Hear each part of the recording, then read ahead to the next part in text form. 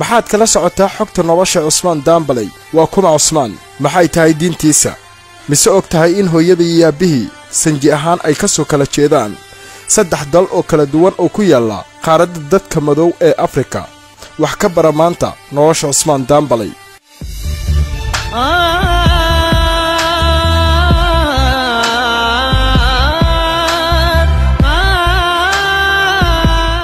Cusmaan Dembélé wuxuu dhashay 15 May 1997 waa ciyaaryahan xirfadaysan oo Faransiis ah oo u ciyaara kooxda Barcelona iyo xulka qaranka Faransiiska.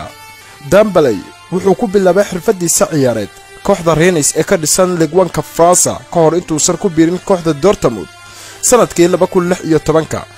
sanad kadib wuxuu u wareegay Barcelona oo ku qarash garaysay adduun lacageed gaaraya 105 milyan oo euro isaga oo noqday ciyaaryahankii labaad ee ugu qaalisan kubadda cagta ebed kadib Paul Pogba xilligaas.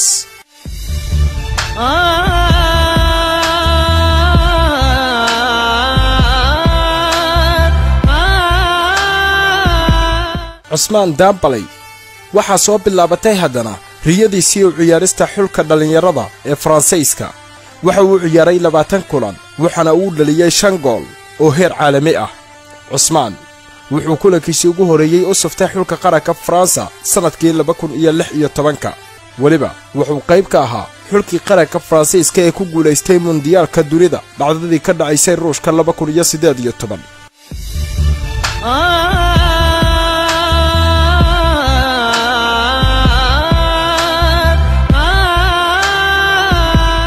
Cusmaan Dembélé waxa uu ku dhashay goob la yiraahdo Vernon ee ku taal dalka Faransiiska.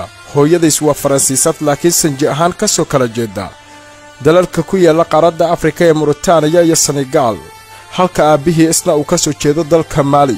Dembélé waxa uu leeyahay dhirir gaaraya 5 feet iyo 10 inchi miisaankiisana waa 73 kilogram. midabka timihiisa iyo midabka jirkiisa iyo midabka indhihiisana dhammaan waa madow. Cusmaan wuxuu aad ugu firfircoon yahay isticmaalka baraha bulshada oo si joogto ah wuxuu u ilaaliyaa sawiradiisa iyo fiidiyowyada oo soo dhiga xisaabtiisa baraha bulshada sida Twitterka, Facebooka iyo Instagramka. intaasi waxaa sii dheer waxaa xisaabtiisa Instagramka ay gaaraysaa 3.5 milyan oo qof halka 368,000 oo taageerayaal ahna uu ku leeyahay Facebooka.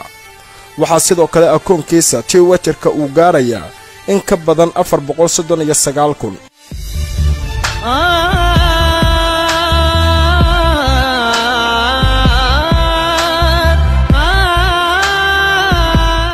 markaana aynu eegno koobabkii uu ku guuleystay Cusmaan Dembélé iyo kooxihii uu kula guuleystay. koobkiisii ugu horeeyay wuxuu nasiib u yeeshay inuu ku guuleysto isagoo jooga kooxda Borussia Dortmund waxaana uu ahaa koobka lagu magacaabo DFB Pokal 2016-17. soo wareegadiisii kooxda Barcelona wuxuu nasiib ugu yeeshay inuu kula guuleysto La Liga horyaalka Spain 2017-18 xilli ciyaareedkii dhawaan soo idlaaday. koob Dilare ayuu la qaaday 2017-2018 laakiin waxaa niyadiisa ka go'i doonay kadib markii Faransiiska uu kula guuleystay koobka dunida 2018.